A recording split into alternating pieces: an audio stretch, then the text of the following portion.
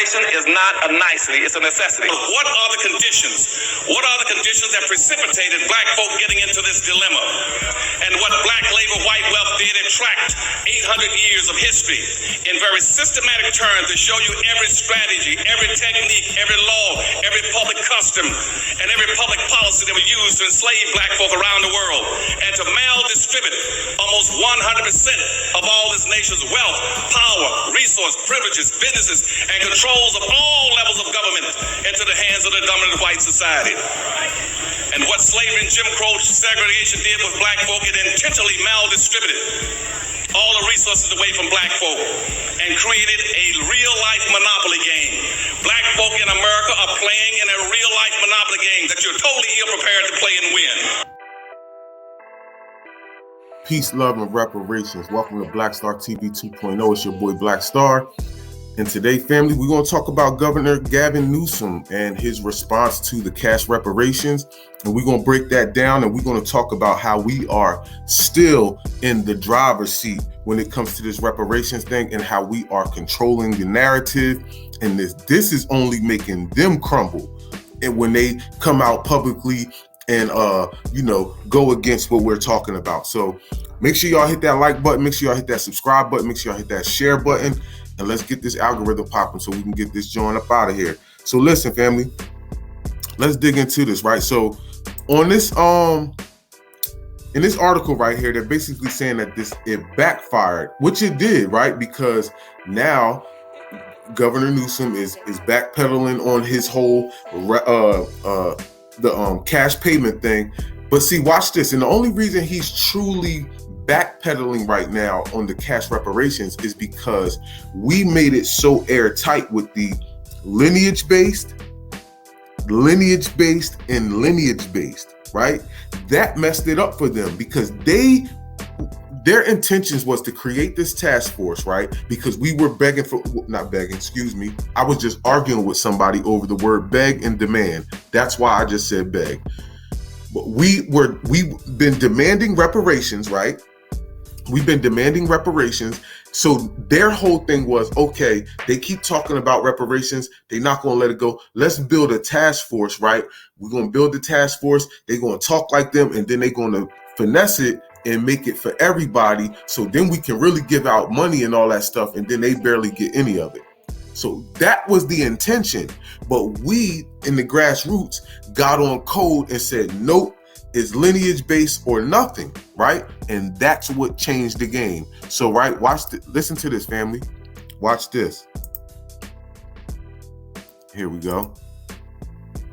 All right, folks, California's first in the nation statewide task force on reparations voted to limit state compensation in the event it's awarded to the descendants of free and enslaved black people in the United States in the 19th century. This decision rejects the proposal to include all black people who would receive reparations. It will reject all black people. See, black people that's not a descendant of a slave in America. See, this is what killed him, family. That is what killed him. And this is why they can't turn around now, right? This is why they can't turn around now and try to say,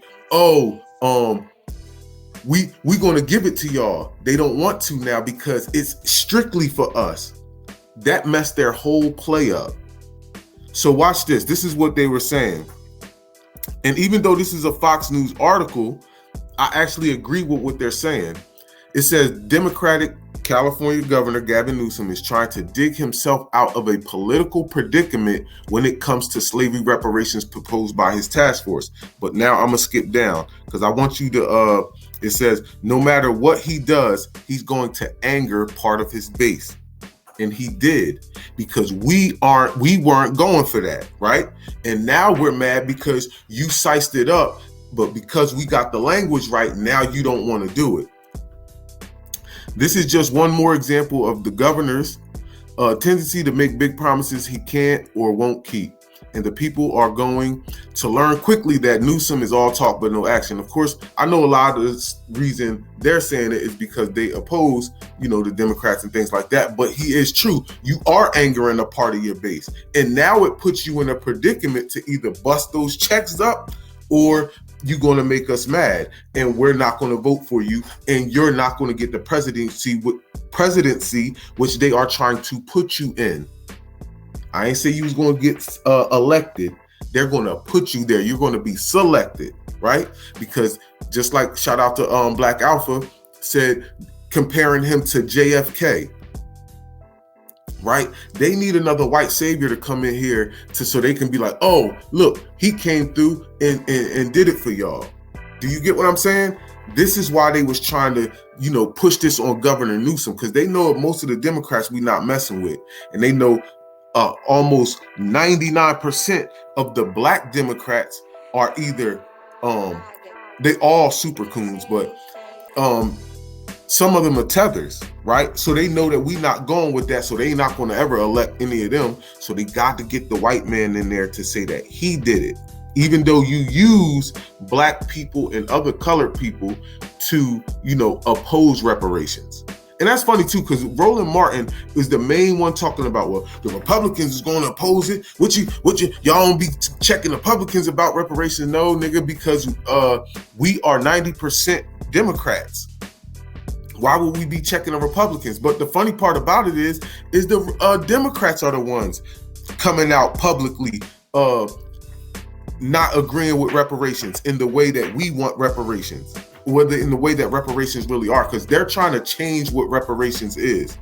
Anytime you hear the words housing, education, equity, you start hearing things like that and they are finessing. The same way when you see words like minority, right? Let me show you guys something real quick, fam. Let me show you something real quick. This is the Black Law Dictionary, and in law, right? I know you heard of the term legal jargon, right? And this is why, because it's a whole bunch of BS for real. All this legal jargon is a bunch of BS. Look what a minority is legally.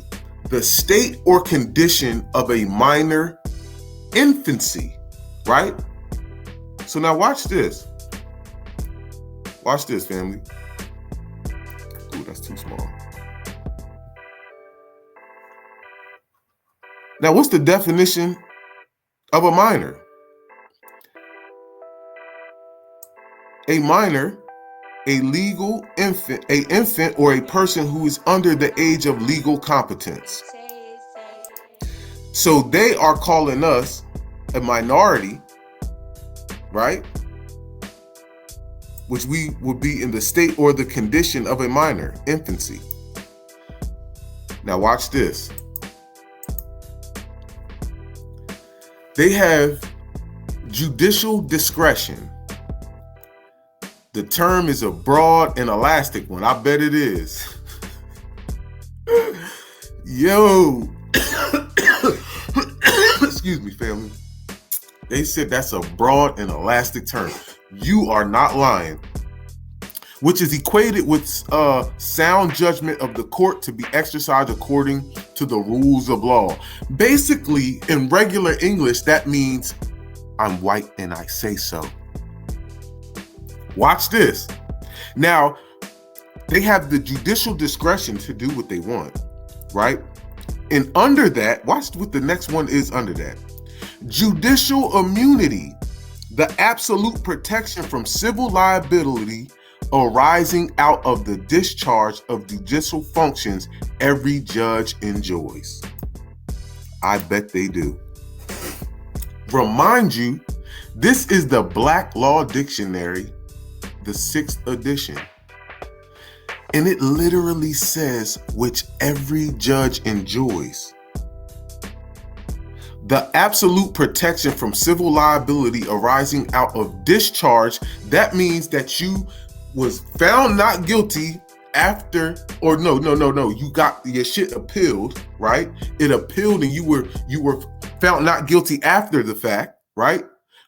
So discharge of judicial functions, which every judge enjoys. Yo.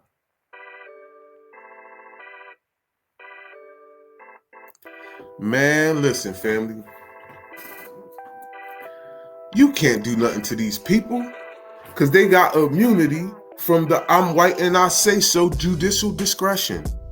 And all of this is, listen, I'm trying to tell you, the words is deep. I'm not going to get all the way into the judicial system right now, even though that has everything to do, right? That has everything to do with our situation and why we are in the situation we're in right now with reparations, the anti-black crime bill, the prison industrial complex. Everything has to do with law, and it always has to do with words. But let's play, I'm gonna play Cori Bush as she tries to push this little reparations bill. They call it a reparations, it's HR 40, it's a study. They need to stop saying reparations bill and say a study bill. Like, we're gonna study this. This effort as a thoughtful contribution to the foundation of the decades of work we have done in Congress to move the needle forward. In particular, this resolution calls out our government's failure to pass HR 40 legislation, which I introduced this session, and a measure that has now been introduced in Congress for over 30 years, seeking the establishment of a commission to study and develop reparation proposals for African Americans. Yo, man, hold on. HR 40 is the pathway for a governmental framework that will help restore national balance and unity in terms of wealth, healthcare, education, housing, and the criminal justice. I told you, family. I literally just said that before she said it. Yo, listen. Education, housing, and the criminal justice. Healthcare, education, housing, and the criminal terms of wealth, healthcare, education, housing, and the criminal. Yo, you can't do anything with housing. How you don't get no tax cuts from housing. Anybody who owns a home is getting tax breaks from the ownership of it. You don't get, and they can pass it down to their heirs, right? They could pass it down to their kids, their grandkids. You can't pass down housing. The land in the house is an asset. They don't want you to have anything. They want us to be messed up for generations and generations and generations to come. This is why you would talk about education, housing. See, you talking about criminal justice reform. No, that's it's a piece of reparations, but you're saying everything but cash. She didn't say anything about cash.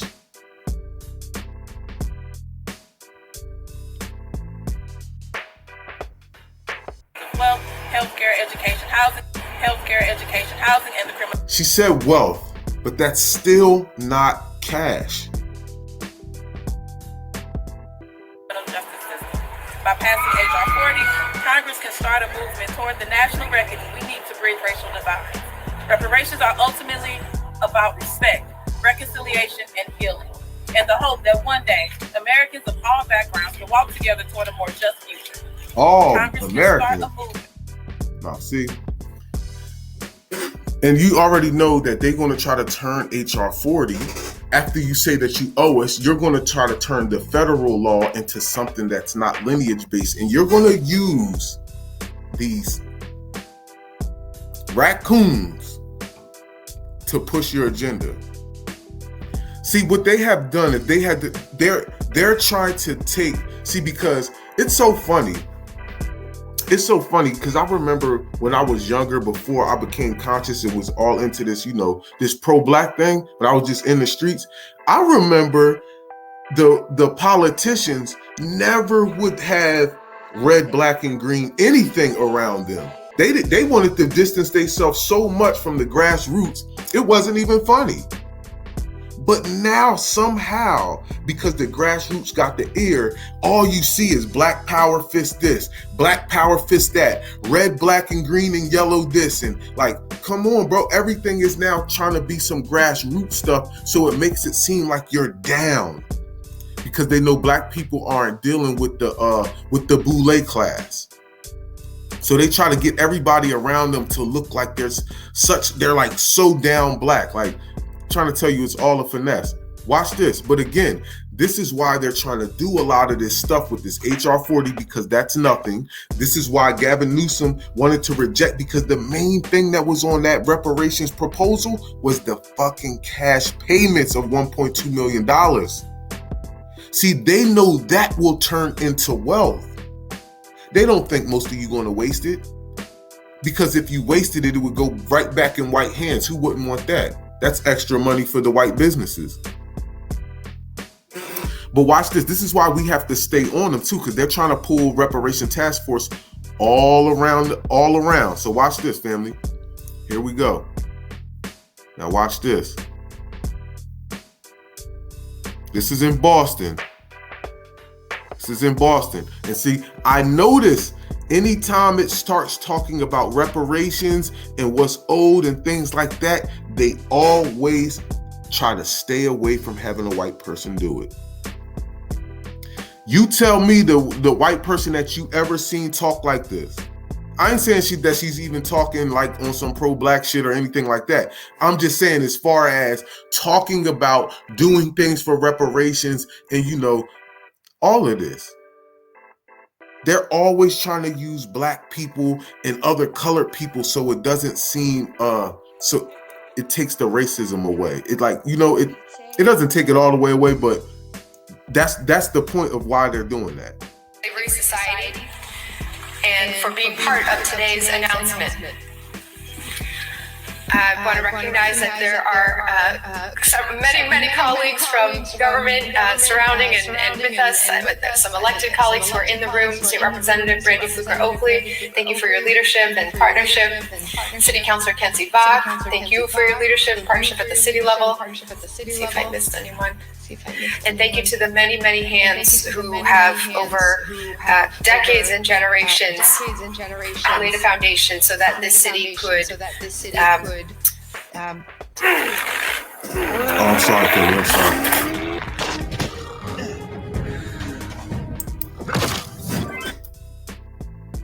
The walk that we are about to embark on starting today. The City Council especially has been instrumental to this conversation in recent months and years. So, speaking of another colleague walked in the room, welcome, and thank you, City Councilor Ricardo Arroyo. This was a conversation that began decades ago, and one that has its roots in our earliest history. Our Commonwealth was just a colony. Boston was a primary port of departure for ships engaged in the transatlantic slave trade.